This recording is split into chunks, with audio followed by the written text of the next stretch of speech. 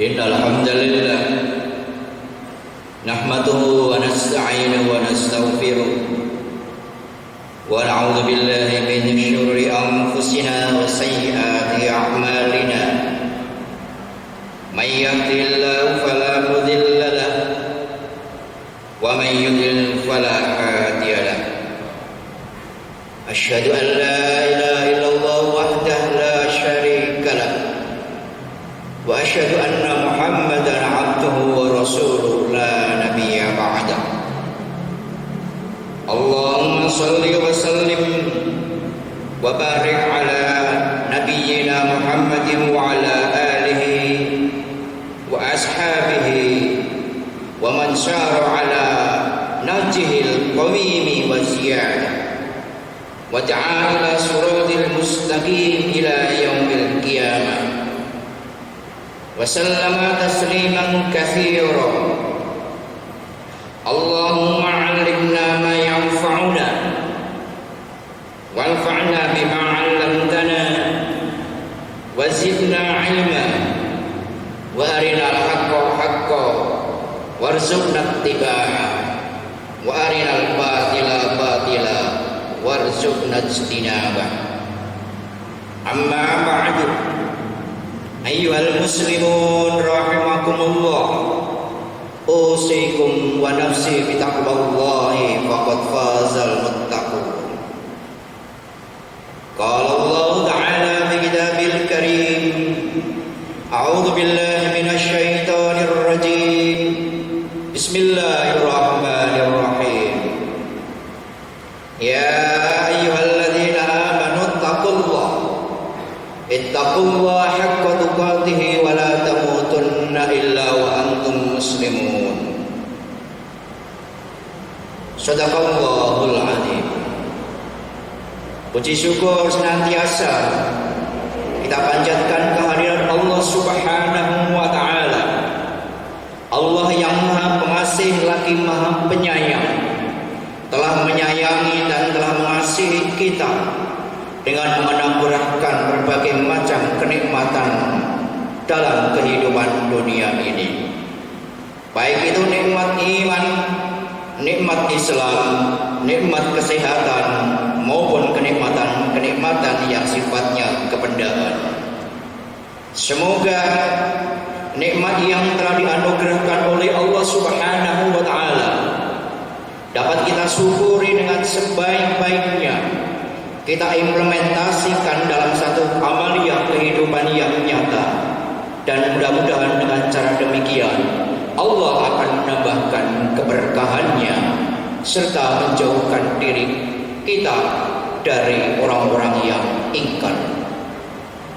Selanjutnya, tidak lupa khatib mengingatkan dan mengajak untuk diri sendiri dan jemaah sekalian, marilah benar-benar kita tingkatkan takwa kita kepada Allah Subhanahu wa taala. Karena ketakwaan adalah merupakan benteng diri kita dalam menghadapi berbagai macam penetrasi kebudayaan yang senantiasa akan mengikis dan bersinggungan dengan aspek-aspek norma keagamaan. Insya Allah dengan ketakwaan kita akan kembali kepada Allah Subhanahu wa taala dalam keadaan husnul khatimah. Selanjutnya, salawat dan salam hendaknya tidak lupa senantiasa kita sampaikan kepada Nabi kita Muhammad sallallahu alaihi wasallam.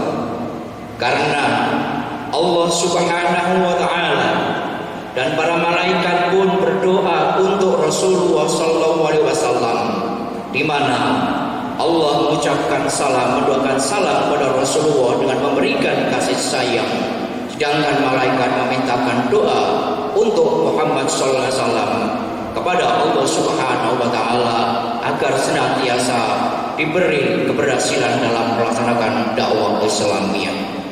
Ma'asyiral muslimin rahimakumullah. Pada kesempatan yang amat terbatas ini, khatib ingin menyampaikan sebuah topik wakaf sebagai sebuah instrumen pembangunan bangsa. Kaum muslimin rahimakumullah, pernahkah kita membaca sejarah Rasulullah SAW? Pernahkah kita kisah yang terjadi di masa di mana Rasulullah SAW berada di Madinah. Sebagaimana kita ketahui bahwa Rasulullah SAW berada di Madinah memiliki rival-rival yang cukup tangguh. Di antara rival itu adalah orang-orang Yahudi, orang-orang Quraisy, dan juga orang-orang Badui. Sikap mereka adalah sangat jelas, menentang dan tidak mau mengimani Rasulullah Muhammad SAW. Sehingga sangat mungkin sekali Rasulullah SAW akan mendapatkan satu perlakuan dan pemboikotan terhadap berbagai macam risalah nubuwahnya. Kaum muslimin rahimakumullah, kita ketahui bahwa Madinah adalah sebuah kota yang tidak jauh berbeda dengan Makkah Al-Mukarramah, yang sangat mungkin sekali tempo akan terjadi sebuah apa yang disebut dengan kekeringan. Dan itu memang terjadi pada saat itu, bahkan mungkin juga saat sekarang. Pada masa Rasulullah SAW terjadi sebuah kekeringan yang berkepanjangan, dan di situ hanya ada satu sumur. Sumur itu tidak lain adalah sumur miliknya orang Yahudi yang tidak pernah kering sepanjang masa. Akibat dari keadaan kering yang berkepanjangan, semua orang membutuhkan air, tak terkecuali adalah umat Islam yang berada di Madinah. Dalam kondisi yang demikian, mau tidak mau umat Muhammad SAW harus antri untuk bisa, jangankan menimba dan meminta. Kaum muslimin saat itu mesti harus antri untuk membeli air, karena memang air adalah sebuah kebutuhan primer yang tidak bisa dihindarkan. Melihat kenyataan yang demikian ini, Rasulullah SAW sebagai seorang nabi yang rasul yang cerdas, melihat kenyataan yang demikian tidak tinggal diam. Kemudian Rasulullah SAW ini menyampaikan satu pesan melalui sebuah hadis yang diriwayatkan oleh Imam Muslim, yang artinya, wahai sahabat-sahabatku, siapa saja di antara kalian yang mau menyumbangkan hartanya untuk membebaskan sumur itu, lalu menyumbangkan untuk umat, maka kelak akan mendapatkan surga dari Allah Subhanahu wa Ta'ala. Ketika Rasulullah SAW bersabda seperti itu, ada seorang pemuda yang bangkit. Dia mengambil hartanya untuk membeli sumur itu. Tak lain dan tidak bukan pemuda itu adalah Utsman bin Affan. Mengeluarkan harta kekayaannya untuk membeli sumur demi menghidupi umat Islam dan para sahabat-sahabatnya. Terjadilah sebuah nego. Bagaimana wahai orang Yahudi, ketika sumur ini aku beli sekian dengan harga yang amat mahal. Oh, tidak, ini adalah satu sumur yang mesti harus menjadi pendapatan saya dan menjadi penghidupan saya. Orang Yahudi ini sadar, ketika sumur dibeli maka ma'isyah dan kehidupannya pun tidak akan bisa terpenuhi. Mendapat jawaban yang demikian, kalau bukan Utsman bin Affan adalah seorang pemuda dan sahabat yang cerdas, pintar dan piawai untuk melakukan dialog, tentu tidak akan pantang mundur. Akhirnya sekali lagi Utsman bin Affan ini mengiyakan sabda Rasulullah SAW untuk bernego kembali. Wahai orang Yahudi, bagaimana kalau andai kata aku ini membeli airmu, tidak usah lama-lama, sehari milikku dan sehari milikmu.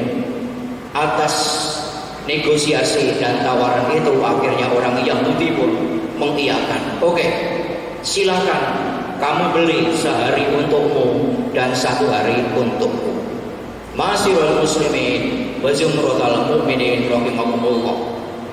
Setelah adanya kesepakatan ini, akhirnya Utsman bin Affan menyampaikan kepada Rasulullah SAW, dan Utsman pun menyampaikan kepada para sahabat dan kaum muslimin, silahkan wahai kaum muslimin, kamu menuju sumur. Sumur itu yang tidak baik, dan sumur itu yang tidak lain dan tidak bukan adalah sumur yang disebut dengan sumur Raumah. Silakan ambil sepuasnya, tidak usah membeli. Akhirnya kaum muslimin saat itu menuju ke sumur dan mengambil air sepuas-puasnya.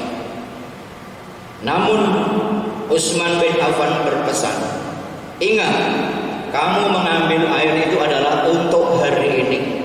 Kamu mesti harus menjaga baik-baik air ini untuk jangka waktu sekian hari, dan jangan mengambil air lagi kalau tidak ada perintah dari saya setelah hari ini. Akhirnya kaum muslimin pun mentaatinya. Kaum muslimin rahimakumullah, apa yang terjadi ketika sumur-sumur itu didatangi orang muslim dan dibayar tunai oleh Utsman bin Affan? Maka pada hari berikutnya, taruhlah hari kedua, sumur itu sepi, tidak ada seorang pun yang datang untuk membeli air tersebut. Melihat kenyataan ini, akhirnya orang Yahudi pemilik sumur Raumah ini pun mendekati Utsman bin Affan. Wahai Utsman bin Affan, kalau begini caranya saya rugi. Kalau begini caranya saya tidak mendapatkan satu penghasilan. Udahlah, kalau begitu sekarang silakan dibeli aja secara keseluruhan. Alhamdulillahirabbil alamin. Akhirnya kebutuhan air untuk umat Islam pun terpenuhi. Kaum muslimin rahimakumullah, melihat fenomena dan sejarah yang terjadi pada masa Rasulullah SAW ini, betapa banyak di sekitar kita ini kesempatan yang amat emas untuk berbuat baik demi kemaslahatan umat, demi kemaslahatan diri sendiri. Tidak lain dan tidak bukan adalah salah satunya adalah memakmurkan masjid yang sedang kita diami ini. Kaum muslimin rahimakumullah, Allah Subhanahu wa taala berfirman, "Innama ya'muru masajidallahi man amana billahi wal yawmil akhir wa aqama as-salata wa ata az-zakata wa lam yakhsha illa Allah fa 'asa ulaika ay yakunu minal muhtadin." Yang artinya, hanyalah yang bisa memakmurkan masjid-masjid Allah ialah orang-orang yang beriman kepada Allah dan hari kemudian, serta tetap mendirikan sholat, menunaikan zakat, dan tidak takut kepada siapapun selain kepada Allah.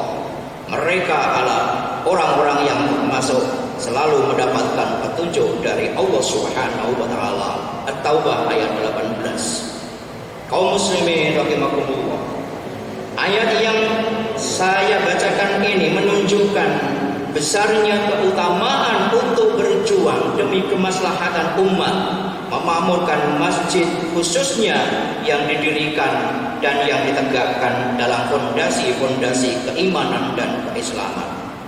Dalam kaitan ini, Imam Al-Qurtubi rahimahullah berkata, firman Allah Subhanahu wa taala ini sebenarnya merupakan dalil yang menunjukkan bahwa mempersaksikan orang-orang untuk memakmurkan masjid adalah sebagai mana orang-orang yang beriman sebagai persaksian yang benar.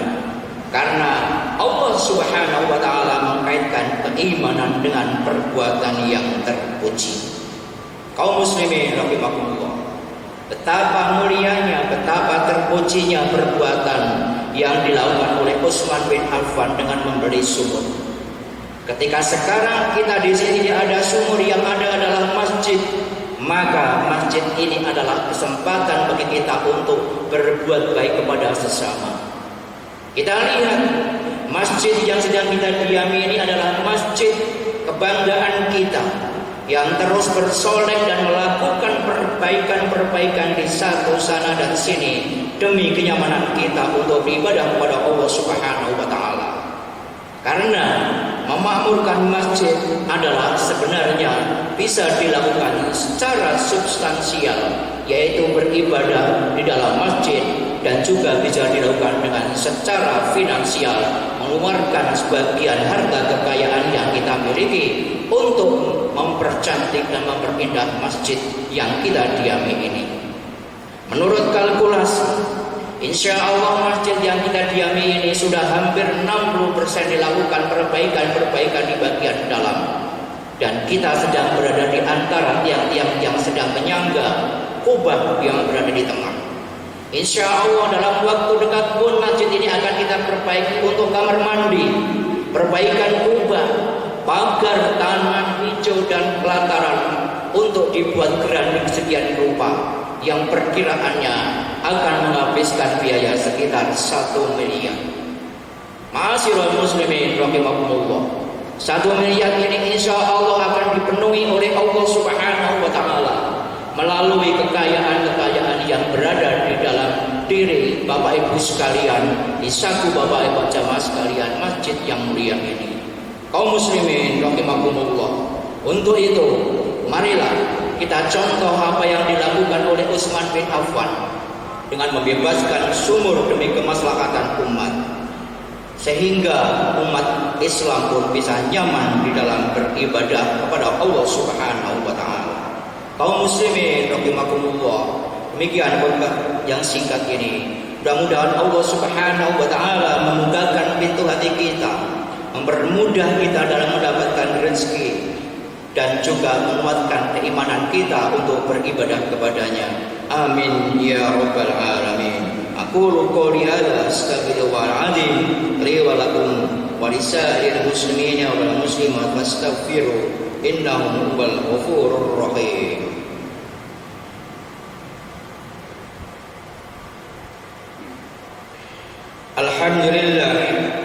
Alhamdulillahilladzi arsala rasulahu bil huda wa dinil haqq liyudhhirahu 'ala ad-dini kullihi walau karihal musyrikun. Asyhadu an la ilaha illallah wa asyhadu anna Muhammadan 'abduhu wa rasuluh. Allahumma shalli wa sallim wa barik ala Muhammadin wa ala alihi wa ashabihi ajma'in. Amma ba'du. Ma'asyiral muslimin rahimakumullah. Sesungguhnya kehidupan yang kita jalani di dunia ini adalah kehidupan yang sementara. Cepat atau lambat pasti kelak akan kita tinggalkan semuanya. Sudahkah kita mempersiapkan diri bekal untuk kehidupan alam akhirat nanti?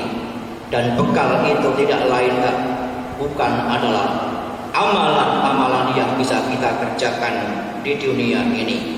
Salah satunya adalah melaksanakan wakaf, baik dalam bentuk uang, bentuk harta maupun bentuk yang lain. Mengapa demikian? Karena Rasulullah SAW telah bersabda, "Idza mata ibnu Adam inqata'a 'amaluhu illa min thalathin, shadaqatin jariyatin, aw 'ilmin yuntafa'u bih, aw waladin shalihin yad'u lahu." Jika seseorang telah meninggal dunia, termasuk kita ini semua, termasuk saya yang sedang menyampaikan tausiah, semuanya akan terputus dan tidak akan ada yang menyertai orang yang meninggal dunia kecuali 3 macam, yaitu sedekah jariyah, ilmu yang bermanfaat, dan anak soleh yang mau mendoakan terhadap kedua orang tuanya. Ma'asyiral muslimin wa zumratal mu'minin rahimakumullah. Untuk itu marilah kita berdoa kepada Allah Subhanahu wa Ta'ala. Mudah-mudahan harta kekayaan yang kita miliki adalah merupakan harta yang halal.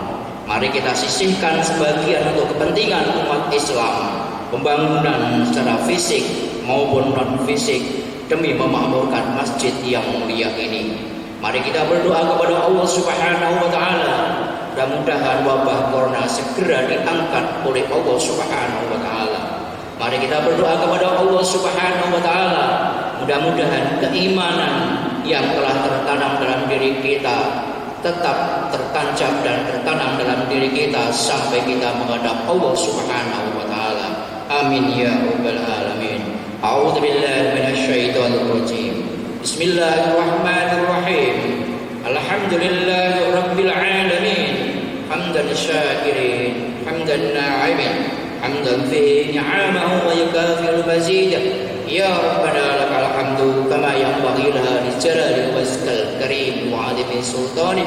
اللهم اغفر للمسلمين والمسلمات والمؤمنين والمؤمنات الأحياء منهم والأموات إنك سميع قريب مجيب دعوة ويا قاضي الحاجة اللهم أرنا الحق حقا وارزقنا اتباعه وأرنا الباطل باطلا وارزقنا اجتنابه اللهم ربنا لا تزغ قلوبنا بعد إذ هديتنا وهب لنا من لدنك رحمة إنك أنت الوهاب ربنا آمنا بما أنزلت واتبعنا الرسول فاكتبنا مع الشاهدين ربنا ظلمنا أنفسنا وإن لم تغفر لنا وترحمنا لنكونن من الخاسرين ربنا آتنا في الدنيا حسنة وفي الآخرة حسنة وقنا عذاب النار ربنا تقبل منا دعاءنا وصلاتنا وصيامنا